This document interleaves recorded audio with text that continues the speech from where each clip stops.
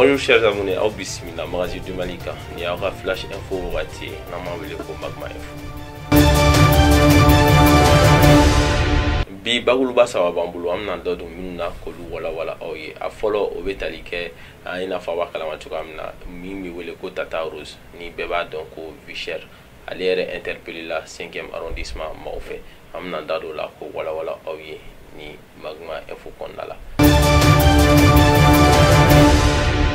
O tɛmɛnen kɔfɛ an ma ladɔnniya k'a fɔ kunnafoniya kun binna ka kɛɲɛ ni kununko ye ko Choguel Kokala Mayiga n'o y'an ka premier ministre ɲɛmaa ye ko ale kun démissionnera.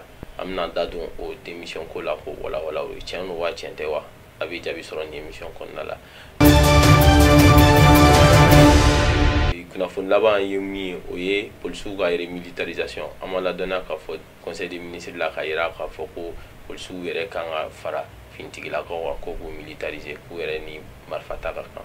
Donc an bɛna an da don o fɛnɛ la ko walawala aw ye.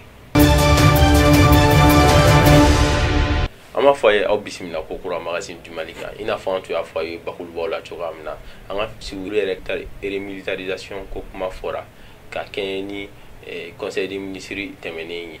O yɛrɛ remilitarisation yɛrɛ tɛ dɔwɛrɛ ye u ni finitigilaka tɔw bɛɛ bɛ kɛ kelen ye o ninnu yɛrɛ bɛna fara finitigilakaw kan. Ni yɛrɛ kɔlɔlɔ a ye jumɛn ye a nafa fɛnɛ ye jumɛn ye an bɛna tila k'an da don la émission nataw kɔnɔna la k'olu walawala aw ye.